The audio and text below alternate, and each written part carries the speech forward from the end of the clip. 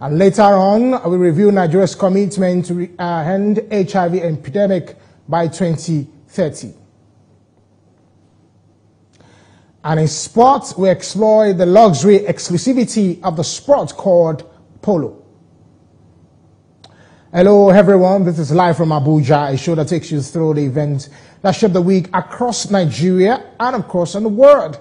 From politics, news and entertainment and sports, I am Ademola Lawrence. We'll begin today's show with more conversations on growing of Nigeria's renewable energy transition and plans to phase out fossil fuels and government accountability in implementing past COP pledges, with civil society groups have described as inadequate the $300 billion commitment by the developed countries at the COP29 to address environmental degradation and greenhouse gas emissions in developed nations. Speaking at the post-COP 29 media and CSO engagement in Abuja, the groups emphasized that only a unified stance by African nations can ensure success in their demand for greater financial support to combat the devastating impact of climate change on the continent. 15 Paris Agreement adopted during the 21st conference of the parties to the United Nations Framework Convention on Climate Change aimed to tackle the global threat of climate change by limiting global warming and transitioning to a low-carbon future. Under the agreement, developed nations commit to providing financial assistance to developing countries to achieve their climate goals. The initial target was to mobilize $100 billion annually by 2020, a goal that remained unmet. At COP29, developed nations contributed $300 billion, far short of the $1.3 trillion mitigate environmental impacts. We need to contribute. This has sparked outrage among civil society groups. When it was 10 billion, it was not met. 10 billion was not realized in any year between 2010 and 2020. 10 billion wasn't met. And when it was now 100 billion, it was a very rocky movement. And even the 300 billion, the idea is to include innovative climate finance mechanisms. COP structure itself has become a colonial structure. And where the language of negotiation is basically English, we are beginning to lose voices of communities and the rest of them. Recommendations were made on how African continents can push for full payment of the stipulated amount needed to address climate change effectively. COP will also help us and other partners that we have the strength to help us have another interaction with our government negotiators and other critical persons in government.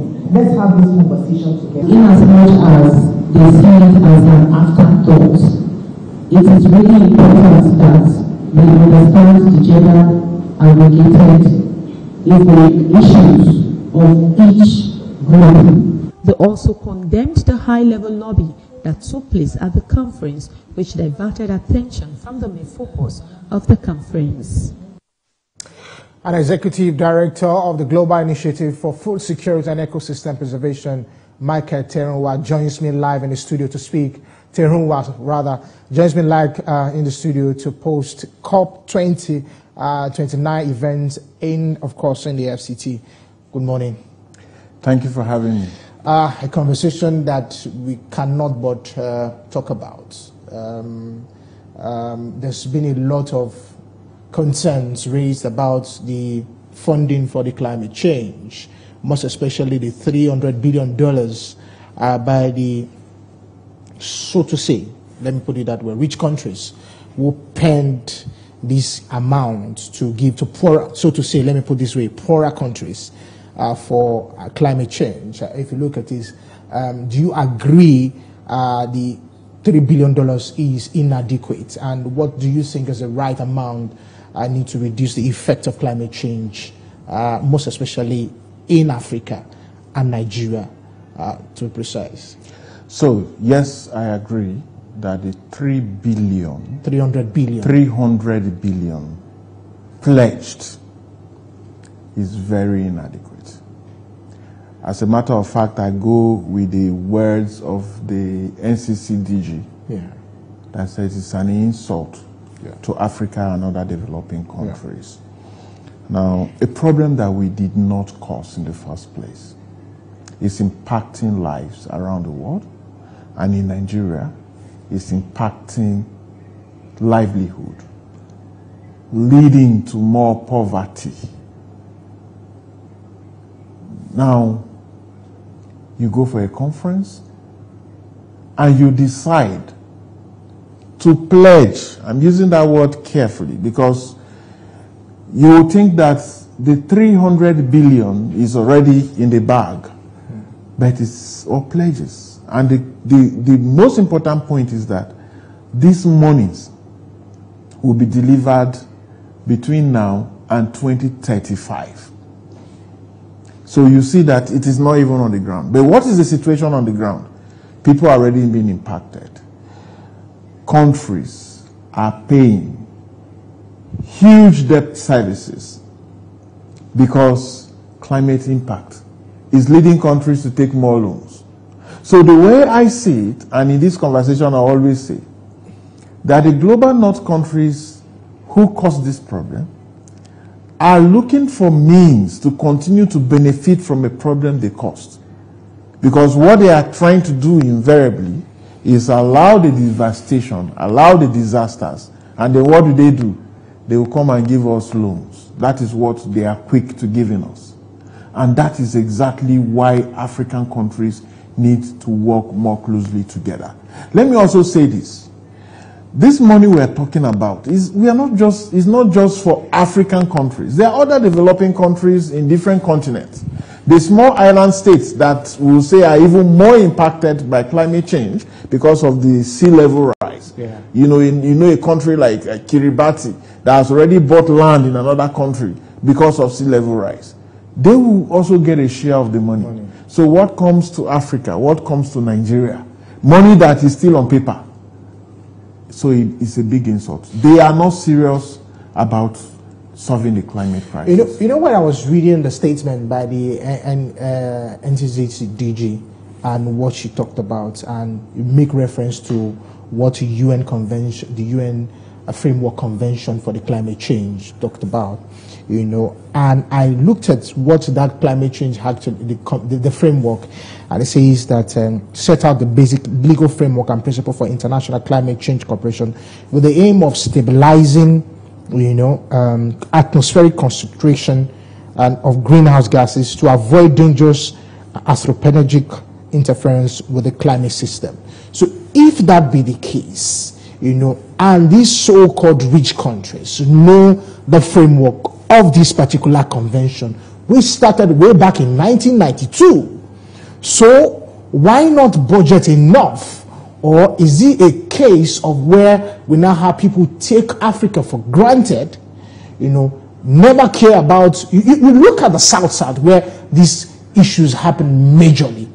There seems not to be any attention paid to that region in terms of humanitarian environmental degradation to that extent. How do we begin to address this at the global level? So it is about injustice. Now, this did not start today. Right from our days as colonial masters in quotes. And this has continued. That Africa is always relegated to the background. Africa is always seen as a place where you can just come steal resources and no one really cares about us. Like you rightly say, if you go to Bielsa as we speak, there are still houses that are flooded up to now. Yeah. A lot is not, spoken about by the media sometimes, but I'm happy that we are doing this conversation now. There's a lot of devastation. Look at the country Nigeria. If you look at our insecurity, if you look at our food inflation and crisis and all of this, the biodiversity issues and all the flooding and all the heat waves and all, you will clearly agree with me that this is an issue that should call for global attention. It is not just Nigeria. It's an African issue. But when people intentionally decide to allow problems to happen so that they can continue to profit from the problem. So like I always say, any problem that does not go away, you know, people benefit from it, does not go away. And that is clearly the situation of the climate crisis. Now, what we need in Africa is adaptation.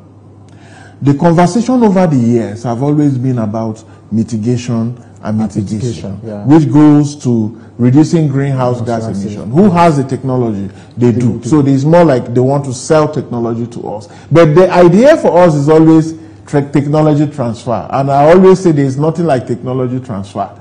If you don't steal technology, you will be left behind. And that's exactly what is happening. So if we want to adapt, we need resources, not debt, not loans as it is. Not grants. We actually need grants. Instead of loans, we need grants. All right? So, but these guys are not ready. When you even hear of these sums, it does not come in as grant. It comes in form of loans. It comes in form of, you need to develop proposals and all. And for a fact, some of these monies don't get to Nigeria. For example, the Green Climate Fund that was formed over the years, Nigeria has not benefited from it, and several other countries. So these are the issues around climate injustice. Now, if we look at COP29 generally and see, for me, the COP was a failure. Number one, the major cause of climate change, which is fossil fuels, right? Greenhouse emissions, should have been the number one issue that the COP should have focused on. But because the COP was also held in an OPEC plus country, Azerbaijan is an OPEC plus country, that was completely taken off the agenda. So if you know the cause of a problem, what are you supposed to do? You take steps to halting or reducing that issue, right? That was completely dodged. And then you come to the issue of adaptation, very slow. You come to the issue of finance and look at how we're treated. Now, a few outcomes, looking at the carbon markets, that was quickly passed. Why? Because these guys want to continue emitting, and then they will pay you some stipends for your forest. That is more like buying you and buying your entire land, knowing that our livelihoods in most of these countries are attached to the forest. So, for example, you go to Cross River and you pay the communities peanuts for carbon credits, and you don't allow them have complete access to their forest. And then the companies, maybe in the global north country, will claim that they are reducing emissions. Where? In Nigeria. Right. So what I usually will call for is they also have forest. So why don't we emit and then we pay them carbon credits in return? But on a very serious note, we have a fundamental issue. And the issue is that the way the framework was designed is not in favor of developing countries. You design a system that you continue to control. Nigeria does not negotiate at the COP as a country. Nigeria negotiates under the Africa group of negotiators, which also is part of the group of 77 plus China. So sometimes, we go to the COP and you think that we have the power, to influence certain decisions, but we are limited in some capacity. But one advantage we have, which I believe African countries can take hold of, is there's no agreement that is made at the COP that if one country does not agree, then the agreement will not stand. And I believe this is where Africa really needs to stand. And that's why some of us were advocating that, look, that deal of 300, at the time it was 250. And we were like, no, it is better to leave a bad deal. A no deal is better than a bad deal. That's a bad deal as far as Africa is concerned. Let's look at, you look at all of the things that have happened in COP, there's the political side of it, you know, where, of course, the different interests of the different countries come into play, and it looks like Africa is just downplayed right there.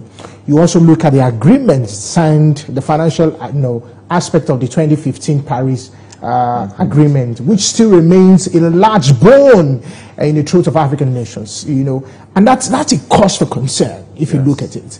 You know, how can we begin to push developed countries, you know, to do better in terms of, you know, all of these things? And I'll just put two questions in one, and the last one is, where do we go from dependency, you know, that we have to go cap in hand looking for money from these guys, rather than just looking inward, you know, and develop whatever we want to develop? You know, now the fossil fuels is about to go away. We need to find another alternative to do that. How do we begin to do all of these things? So first, we need to be very smart with our diplomacy.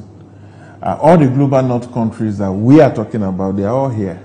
They have embassies here. They have representatives here. And I think that is where the conversation needs to be. So we don't just go begging. We have those critical raw materials that are needed, right, for energy transition. So if you are discussing with these countries at this level, at the national level, that is where the conversation should really, you know, begin, and not at the COP processes, and not there, because there they are smarter, they have more people to negotiate. I can tell you that sometimes they do this deliberately. I have been attending COP, and it is like a repeated, you know, plan, such that every time the COP is extended, at the time, most of our people are already jetting home. And that's when the most critical decisions are taken. This happened in Sharm el-Sheikh, this happened in Dubai, and this repeated itself again, because because you know when the COP will start and end. So most of our people have already bought their flight ticket, you know, they know when they should return, and now you are extending the COP by additional 1 to 3 days. You know, most of our people cannot stay, and they leave, and this is the problem of many African countries. Now, these guys had more fossil fuels deniers, you know, lobbies at the COP than the entire delegation from most of the African countries. This is the truth, because I mean, for some of us and for other African countries as well, we cannot attend the COP if we are not funded by the same global north countries. Okay, that's what the challenge is. Yes, you know, so because they kind of control what happens. They control the narrative. They control everything, the media and everything. So without unity, that's what the problem is. Without unity, Africa cannot stand against these people, and that is what we need. Unity, that unity of purpose. You know, for us CSOs, for us government organizations, it's not just about giving you $1,000, you know, to go on TV and make some noise or all over the place, but we need that strategic, you know, unison advice to come together and say, look, enough is enough. We have suffered in the hands of these people, right from the time of slavery, right from the time of colonization, and even now. This is post-colonization. It's post-colonization. Thank you very much. I know that it is a conversation that we really need to have, but our time is fast spent. We'll go on a break.